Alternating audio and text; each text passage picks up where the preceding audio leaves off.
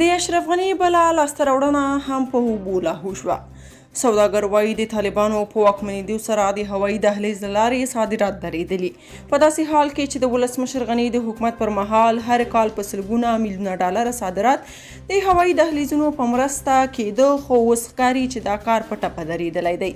تازه خبر دا دی چې په افغانستان کې د وچې میوې او لاسي صنایعو ځینې سوداګر وایي له هغې وروسته چې طالبان په ټول افغانستان کې واکمن شوي دي، د هوایي دهلیز له لارې هیڅ صادرات نه دي کړي. پته نه باید چې په کابل کې د وچې میوې او لاسي صنایعو په برخه کې د یو شرکت مسؤله ده، وایي له تیر یو کال راهیسې د هوایي دهلیزونو له لارې هیڅ صادرات نه دي کړي.